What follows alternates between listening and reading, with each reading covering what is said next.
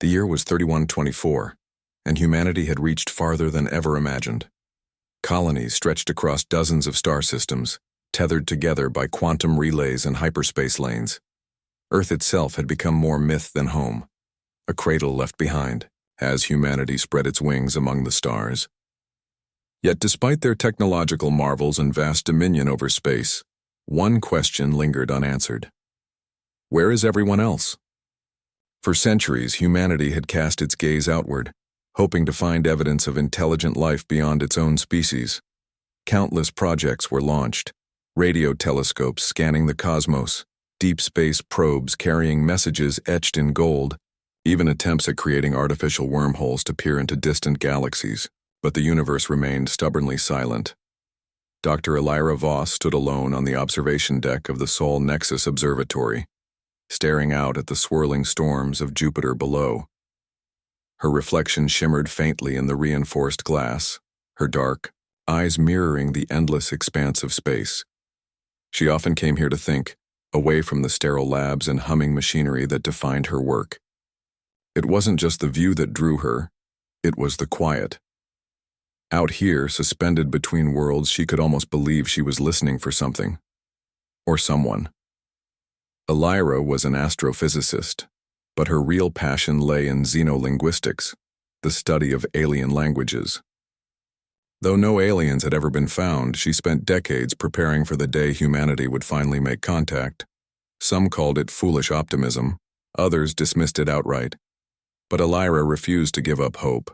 Somewhere out there, hidden among the billions of stars, another voice must exist.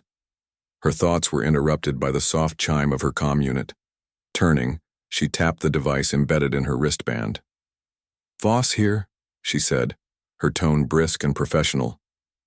"Dr. Voss, you're needed in Lab 7 immediately," came the clipped reply of Dr. Cale Armitage, her colleague and head of Project Echo, extraterrestrial contact via harmonic oscillation. His voice carried an edge of urgency that made her heart skip a beat. "On my way," she replied, already moving toward the airlock. Lab 7 was a hive of activity when Elira arrived. Scientists bustled around banks of monitors, their faces illuminated by cascading streams of data. At the center of it all stood the quantum resonator, a towering machine bristling with conduits and emitters. Designed to send ripples through subspace, a theoretical layer of reality beneath conventional spacetime, the resonator represented humanity's latest attempt to pierce the veil of cosmic silence. Cale spotted her entering and waved her over. "We've got something," he said without preamble, his usual stoicism replaced by barely contained excitement. He gestured to one of the screens displaying a complex waveform pattern. "This just came in about 10 minutes ago. It's not random." Elira stepped closer, her pulse quickening. The waveform was irregular but undeniably structured, like nothing they'd seen before. Subspace noise typically consisted of chaotic fluctuations caused by stellar phenomena or gravitational distortions. This, however, bore the hallmarks of deliberate design. "Is it natural?" she asked, though she already suspected the answer. "No," Cale replied. "Not unless nature has started using prime numbers." He pointed to a sequence within the waveform that repeated at intervals corresponding to prime digits. "It's encoded. Someone or something is trying to communicate." A murmur rippled through the room as other scientists gathered around, their skepticism giving way to awe. For years they'd chased shadows, analyzed false positives, and endured ridicule from those who believed the search for extraterrestrial intelligence was a waste of resources. Now, standing before them, was proof that they weren't alone. Elira felt a surge of emotions, elation, disbelief, and a tinge of fear. What if this wasn't friendly? What if they were inviting danger into their midst? Pushing such thoughts aside, she focused on the task at hand. "Can we isolate the source?" Kyle nodded. "Already working on it. Initial triangulation suggests it's coming from Sector Gamma 9 in the Andromeda Galaxy. That's roughly 2 million light-years away."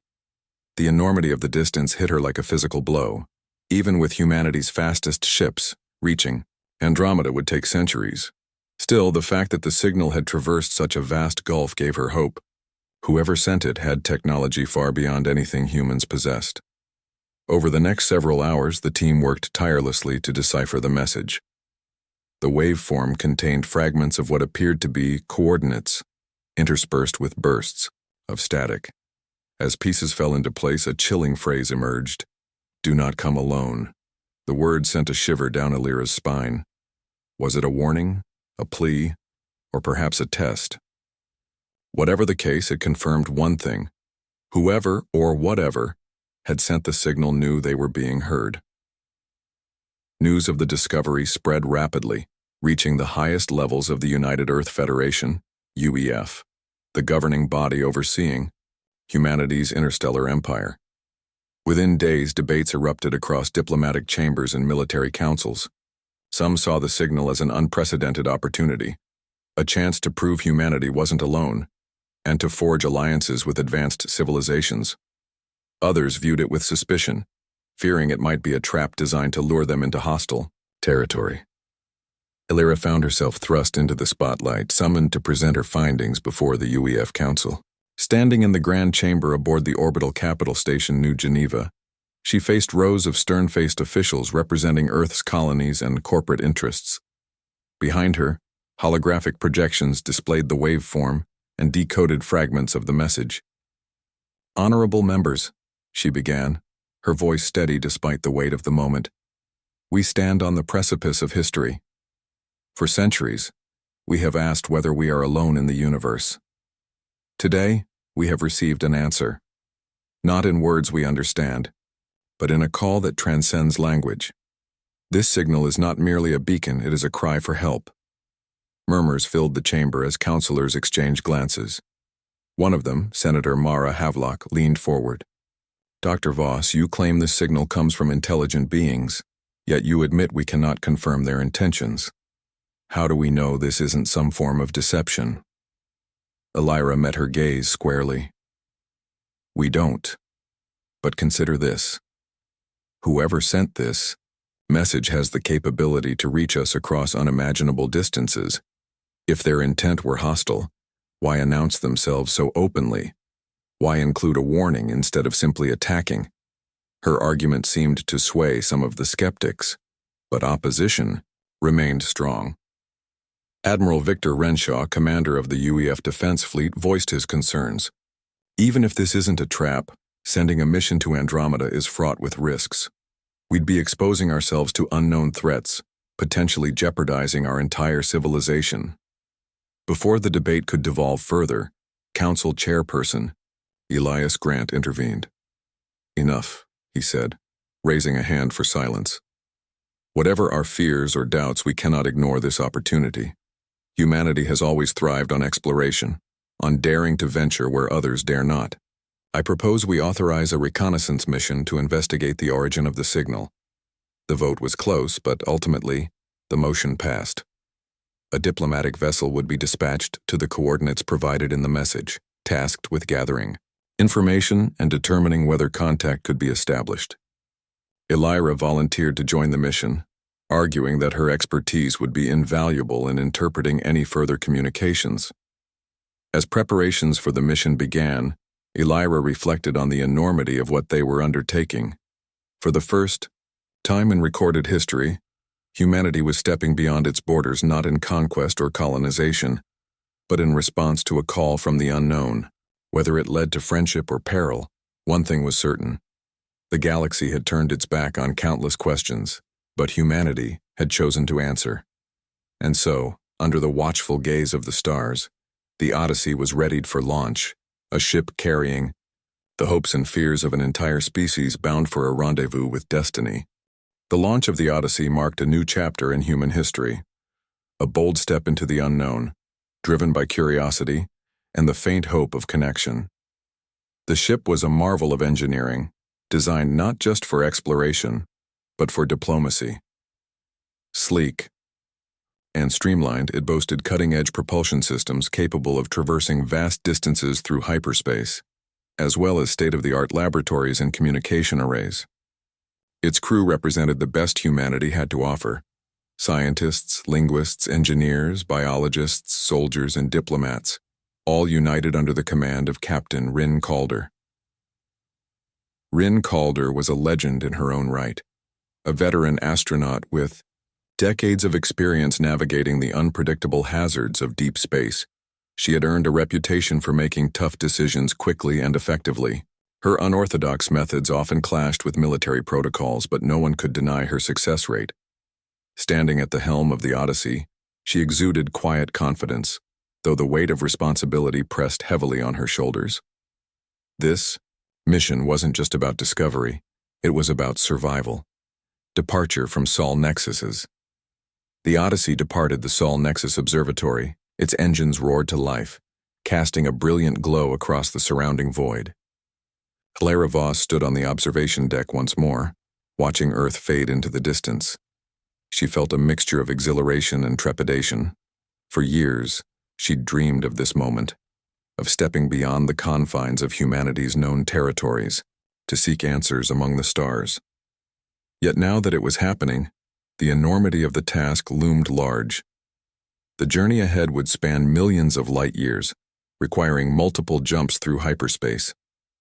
Each jump carried risks. Navigation errors could strand them in uncharted regions, while prolonged exposure to subspace radiation posed health hazards.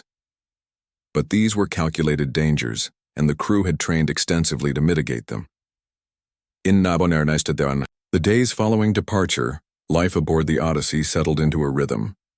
Scientists pored over data from the signal, refining their understanding of its structure and intent. Engineers conducted routine maintenance checks, ensuring every system functioned flawlessly.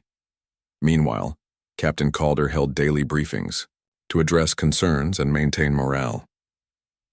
Despite the professionalism of the crew, an undercurrent of unease persisted.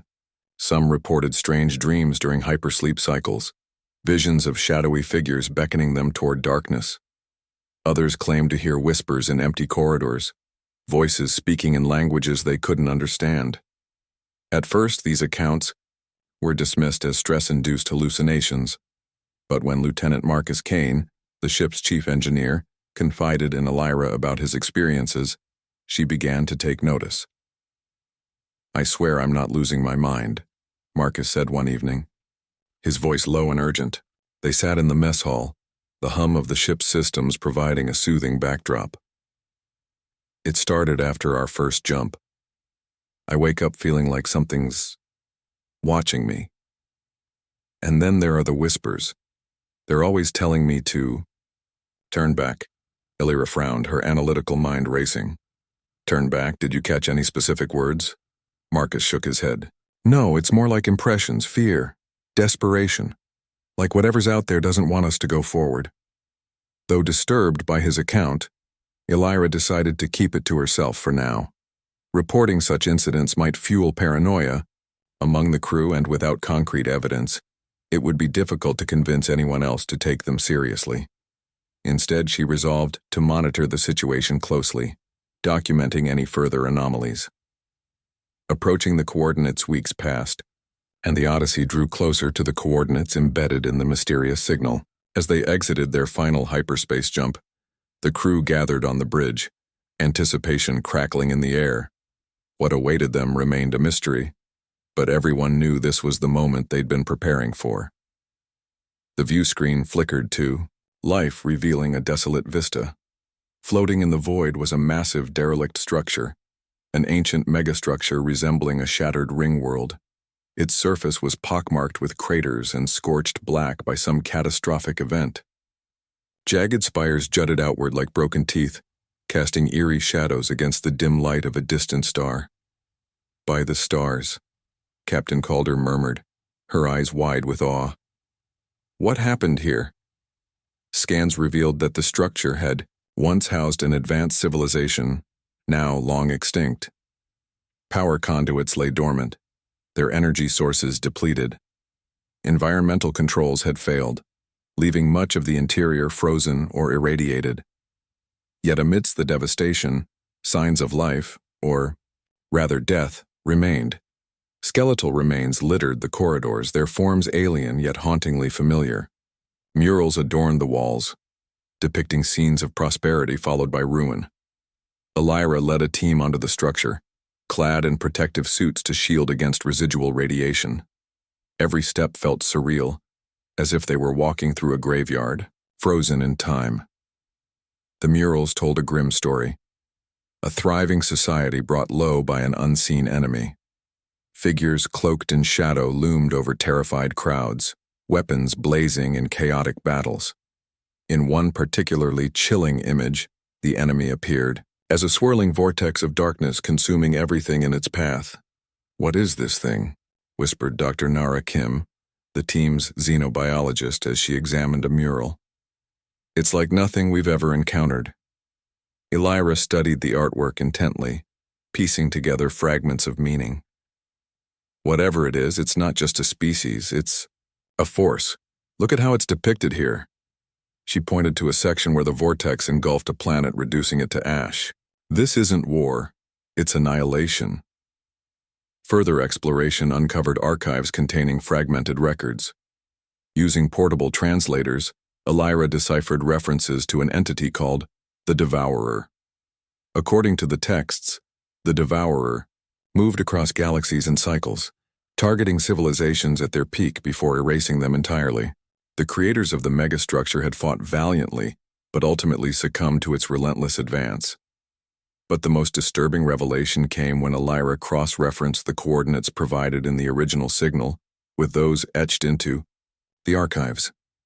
They matched, but they also pointed to another location deeper in the galaxy. "It's a trail," she realized aloud, her voice trembling. "Whoever sent the signal wants us to follow it." Captain Calder listened gravely as Elira relayed her findings upon returning to the Odyssey. "So we have two options," she said, addressing the senior staff. "We can return home with what we've learned, warn the Federation, and prepare for the worst. Or we can continue following the trail and see where it leads." The room fell silent as the implications sank in. Returning meant safety, but continuing meant risking everything, and possibly uncovering vital information about the Devourer. After a tense deliberation, Calder made her decision. "We keep going," she declared. "If we don't learn more about this threat, we'll be flying blind when it comes for us. Humanity deserves to know what we're up against." Her words echoed through the chamber, sealing their fate. With renewed determination, the Odyssey set course for the next set of coordinates, plunging deeper into the void between stars. Encounters. Along the way, as they ventured farther into uncharted territory, the crew encountered phenomena that defied explanation. Time dilation effects warped their perception, causing hours to stretch into days and vice versa. Equipment malfunctioned sporadically, only to repair itself moments later. And the whispers grew louder, more insistent, spreading beyond Marcus, to affect others. One night, Elira found herself unable to sleep. She wandered the ship, seeking solace in its familiar hum. Passing by the observation deck, she noticed someone standing there, Lieutenant Kane. He turned as she approached, his face pale and drawn. "I heard it again," he admitted quietly. "It knows we're coming, Elira. It's waiting." She placed a reassuring hand on his shoulder, though doubt gnawed at her. Was the Devourer influencing them, testing their resolve? Or was it simply a remnant of the signal, echoing through their minds? Whatever the truth, one thing was certain. The journey was far from over, and the answers they sought lay shrouded in darkness. The second leg of the Odyssey's journey brought the crew to a thriving alien civilization, orbiting a binary star system. Against all odds, humanity had made its first direct contact with intelligent extraterrestrial beings, the Jatar, a hive-minded species capable of telepathic communication. Their arrival marked a turning point in the mission, offering both hope and new challenges. First contact. As the Odyssey approached the binary system, sensors detected a sprawling network of orbital habitats surrounding one of the stars. The structures glimmered like jewels against the backdrop of space, their crystalline surfaces refracting light into dazzling patterns. Captain Calder ordered the ship to maintain a respectful distance, broadcasting peaceful intentions through every frequency available. To everyone's astonishment, the Jatar responded almost immediately, not with words or signals, but directly into the minds of the crew. For humans unaccustomed to telepathy, the experience was overwhelming. A chorus of voices flooded their thoughts, conveying emotions rather than language, curiosity, caution, and a faint undercurrent of fear.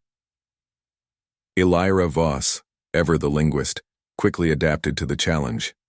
She collaborated with Dr. Nara Kim to develop a rudimentary interface using neural translators, allowing limited two-way communication. Through this method, they learned that the Jatar were a collective consciousness, their individual identities subsumed into a greater whole. They referred to themselves as the Unified, emphasizing unity above all else. Despite their advanced nature, the Jatar harbored deep suspicions about humanity. Records within their archives revealed that they too had received the mysterious signal and debated whether to respond. Their hesitation stemmed from historical accounts of civilizations destroyed after answering similar calls. To them, the signal represented not salvation but doom. "We sensed your presence before you arrived," said Kael'thar, the designated spokesperson for the Unified, his voice resonating in Elira's mind. "Your kind is young, impulsive, dangerous." Elira bristled at the accusation but kept her tone diplomatic. "We've come seeking answers, not conflict. If what you say is true, if others have fallen to whatever sent this signal, then working together may be our only chance at survival." Kael'thar hesitated, the weight of millennia pressing down on him. Finally, he agreed to share their knowledge, but only if humanity proved trustworthy. Decoding the signal. With the Jatar's cooperation, the Odyssey's team gained access to their vast database, which contained centuries of research on the enigmatic signal. Together, they pieced together more of its fragmented message. It became clear that the signal wasn't merely a beacon. It was a lure designed to draw civilizations toward a central point, a galactic nexus where multiple trails converged. Elira's breakthrough came during a late-night analysis session. By combining data from the Jatar's archives with fragments decoded earlier, she uncovered a chilling revelation. The signal hadn't been sent by survivors of past attacks, it had been sent by the Devourer itself. Its purpose was to gather prey, luring disparate species into congregating so it could consume them all at once. "This changes everything," Elira told Captain Calder during a private briefing. "It's not just targeting individual civilizations, it's orchestrating mass extinctions." Calder nodded grimly. "Then we need to warn anyone else who might be heading toward that nexus, assuming there are others." Her words proved prophetic when a third faction arrived unexpectedly, a nomadic race of energy-based entities known as the Irindi. Unlike the Jatar, the Irindi claimed neutrality, existing outside the physical realm entirely. They materialized aboard the Odyssey without warning, their shimmering forms casting ghostly reflections on the walls. "You tread dangerous paths, mortals," intoned an Irindi representative named Silvarn. His voice echoed like wind chimes, carrying an air of detached wisdom. "Aligning with others will only hasten the arrival of the Devourer. You cannot fight it, you can only delay the inevitable." Though cryptic, the Irindi's presence forced both humans and Jatar to confront uncomfortable truths. The Jatar accused humanity of recklessness, citing historical records of human aggression during their colonial era. Meanwhile, some members of the human crew questioned why the Jatar hadn't faced the same existential threats despite their longevity. Tensions escalated during a joint meeting held aboard the Odyssey. Kael'thar argued that humanity's expansionist tendencies made them unfit allies, while Captain Calder countered that the Jatar's isolationism had left them ill-prepared for interstellar cooperation. The argument grew heated, threatening to fracture the fragile alliance. A fragile alliance, realizing the stakes, Elira intervened, appealing to both sides with a passionate plea. "We don't have time for blame or mistrust. Whatever differences we have, they pale in comparison to the threat we face. If we don't stand together, none of us will survive." Her words struck a chord, prompting reluctant agreement between the factions. Though wary of each other, they committed to pooling resources and expertise to prepare for the final confrontation. The Jatar provided advanced shielding technology, while the Arindai offered insights into manipulating gravitational fields, a skill that could prove crucial in navigating the Nexus. As preparations continued, Elira reflected on the irony of their situation. Humanity had spent centuries searching for signs of life, only to find itself embroiled in a cosmic struggle alongside species that viewed them with skepticism at best. Yet amidst the chaos, bonds began to form.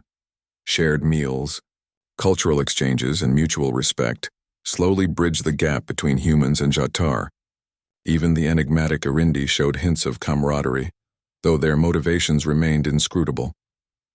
Approaching the Nexus guided by Elira's calculations, the combined fleet set course for the Galactic Nexus. Along the way, they encountered remnants of other civilizations, ships adrift, colonies abandoned, entire worlds reduced to barren wastelands. Each discovery reinforced the urgency of their mission and the scale of the devastation wrought by the Devourer.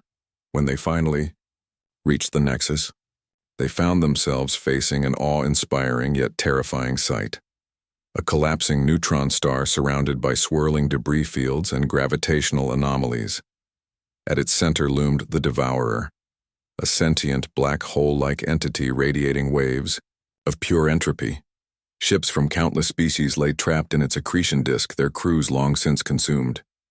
"It's alive," whispered Dr. Kim, her voice trembling. "Not just a force of nature, it's aware." Elira nodded, dread coiling in her chest. "And it knows we're here."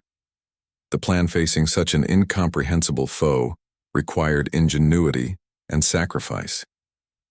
Humanity devised a plan to use the quantum resonator as a weapon, amplifying its subspace frequencies to disrupt the Devourer's core. However, doing so required someone to pilot a kamikaze vessel directly into the heart of the entity. Volunteers were scarce, but Captain Calder stepped forward without hesitation. "I started this mission," she said firmly. "I'll see it through to the end." While the fleet prepared for battle, Elira made a critical discovery. Analyzing recordings of the Devourer's emissions, she realized that it thrived on fear and division. By broadcasting a unified message of hope across the galaxy, they could weaken its hold, giving Calder the opening she needed to deliver the fatal blow. With time running out, the Coalition launched their assault.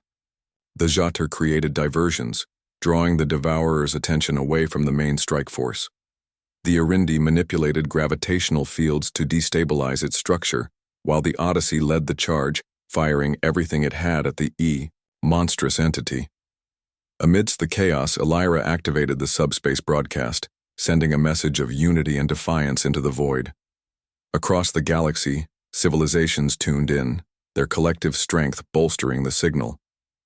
For the first time in eons, the stars seemed to sing in harmony. The final blow, Captain Calder piloted the explosive-laden craft toward the Devourer, her resolve unwavering. As the fleet fought valiantly to keep the entity distracted, she navigated through its chaotic maw, guided by Elira's calculations. When she reached the core, she detonated the explosives, unleashing a shockwave that rippled through subspace. For a moment, it seemed as though nothing had changed. Then, with a deafening roar, the Devourer imploded, collapsing in on itself until it vanished entirely. Silence fell over the battlefield, broken only by the cheers of the surviving fleet. Aftermath. Though victorious, the cost was immense. Many lives were lost, and the Odyssey limped back to Earth, carrying tales of heroism and tragedy. In the aftermath, humanity emerged forever changed, no longer alone in the universe but bound to its newfound allies by shared scars and mutual respect. Elira gazed at the stars once more, reflecting on how humanity answered the galaxy's call when others turned away. Though the future remained uncertain, one thing was clear: the bonds forged in the crucible of adversity would guide them forward. The aftermath of the battle against the Devourer left scars that ran deeper than any physical wound. The Odyssey, battered and bruised, limped back toward Earth, its hull scorched and systems failing. Yet within its walls, a sense of triumph, lingered, a fragile but undeniable hope born from unity in the face of annihilation. Humanity had faced an existential threat unlike anything it had ever known, and emerged victorious, not through brute force alone, but through cooperation with allies who once viewed them with suspicion. But the war was far from over. As the Odyssey approached Sol Nexus Observatory, Elira Voss stood on the observation deck for what felt like the 1,000th time, staring out at the stars. Her mind raced with questions. Had they truly destroyed the Devourer, or merely delayed its return? What other threats lurked beyond the galaxy's edge, waiting for their moment to strike? For now, though, there was peace and gratitude. The crew celebrated quietly, sharing stories of those they'd lost and honoring the sacrifices made along the way. Captain Rin Calder's name echoed through the corridors, spoken with reverence. Though her fate remained unknown, her ship consumed. In the final explosion, her legacy endured as a symbol of courage and selflessness. Elira knew she couldn't rest yet. There were still mysteries to unravel, lessons to be learned, and alliances to strengthen if humanity hoped to survive whatever came next. Rebuilding trust upon returning to Earth, the survivors of the Odyssey were hailed as heroes. News of their victory spread across human colonies, sparking celebrations and renewed optimism. For the first time in centuries, humanity looked outward not with fear, but with purpose. The discovery of intelligent life, and the realization that cooperation could overcome even the most insurmountable odds, had fundamentally altered the way humans saw themselves and their place in the universe. Yet rebuilding trust between species proved challenging. The J'Atar, though grateful for humanity's role in defeating the Devourer, remained wary of their expansionist tendencies. They insisted on strict limitations regarding future colonization efforts, fearing another cycle of conflict and destruction. Negotiations stretched on for months, mediated by Elira and a team of diplomats. Meanwhile, the Arindi continued to observe silently, offering cryptic warnings about cycles and inevitability. Their presence was both comforting and unsettling. They seemed to understand more about the Devourer's origins than they let on, but refused to share details. When pressed, Sylvarn simply said, "Some truths are better left buried." Despite these challenges, progress was made. A formal alliance was established between humanity and the J'Atar, with provisions for shared research, trade, and defense. The Arindi maintained their distance but agreed to serve as mediators should tensions arise again. Together they formed the Galactic Accord, a fragile coalition dedicated to safeguarding the galaxy from threats like the Devourer. Unanswered questions. As part of the Accord's charter, a joint expedition was launched to investigate the remnants of civilizations consumed by the Devourer. Dozens of ships crewed by humans, J'Atar, and allied species ventured into the void, searching for clues about the entity's origins. What they found only deepened the mystery. On one desolate world, archaeologists uncovered ancient ruins containing murals similar to those seen on the derelict megastructure. These depicted the Devourer not as a singular being, but as a manifestation of chaos itself, an eternal force that fed on the light of civilizations. According to the texts, it had existed since the dawn of the universe, preying on life forms that reached a certain level of technological advancement. Elira spent countless hours analyzing the artifacts, piecing together fragments of knowledge. She theorized that the Devourer operated on a cyclical pattern, targeting clusters of civilizations during periods of heightened activity. Its purpose wasn't just destruction, it sought to maintain balance, preventing any single species from achieving dominance over the cosmos. But why now? Why had it chosen this moment to awaken? And what triggered its attack on the Galactic Nexus? These questions haunted Elira, driving her to delve deeper into the data collected during the final battle. A new threat. Just as humanity began to settle into its new role among the stars, a new threat emerged. Reports trickled in from distant colonies of strange phenomena, entire populations vanishing without a trace, planets rendered uninhabitable overnight. At first, these incidents were dismissed as isolated events, but when a Jatar outpost fell silent under mysterious circumstances, alarm bells rang throughout the Accord. An emergency council convened aboard the Odyssey, which had been retrofitted to serve as a mobile command center.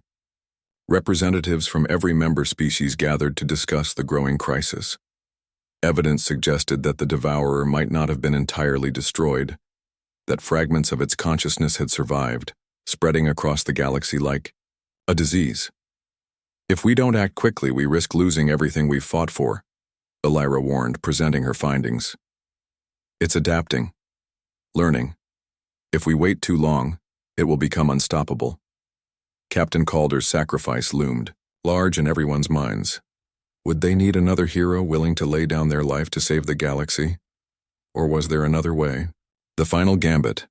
After weeks of debate, a bold plan was proposed: to recreate the quantum resonator on a massive scale, using technology provided by the Jatar and energy manipulation techniques taught by the Arindi. This device, dubbed the harmonic amplifier, would generate a subspace pulse powerful enough to purge the Devourer's influence from the galaxy entirely. Building the amplifier required resources beyond anything humanity had attempted before. Entire fleets were repurposed to mine rare materials, while scientists worked around the clock to refine the design. Elira led the project, pouring every ounce of her intellect and determination into ensuring its success. When the amplifier was finally completed, it was positioned at the heart of the Galactic Nexus, the same location where the Devourer had been defeated. A fleet of ships stood ready to defend it, armed with weapons capable of holding off any counterattack.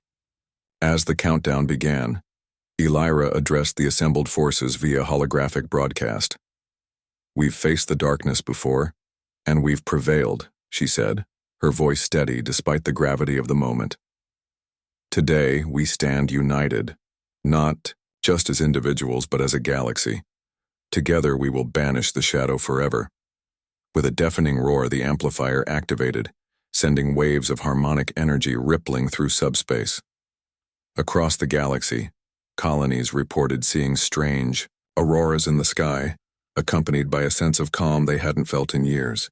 Slowly but surely, the anomalies ceased, and reports of disappearances dwindled to nothing. Epilogue. In the months that followed, the galaxy began to heal. Colonies rebuilt, trade routes reopened, and relations between species improved dramatically. Though scars remained, the experience had forged bonds stronger than anyone could have imagined. Elira returned to Sol Nexus Observatory, taking up residence once more in her favorite spot on the observation deck. She often thought of Captain Calder, wondering if she'd somehow glimpsed the future they were now building. The stars no longer felt so silent. They hummed with the promise of connection, of understanding. As she gazed out at the endless expanse, Elira whispered softly, almost to herself, "We answered your call. Now it's our turn to shine." And somewhere amidst the infinite possibilities of the cosmos, perhaps someone, or something, was listening.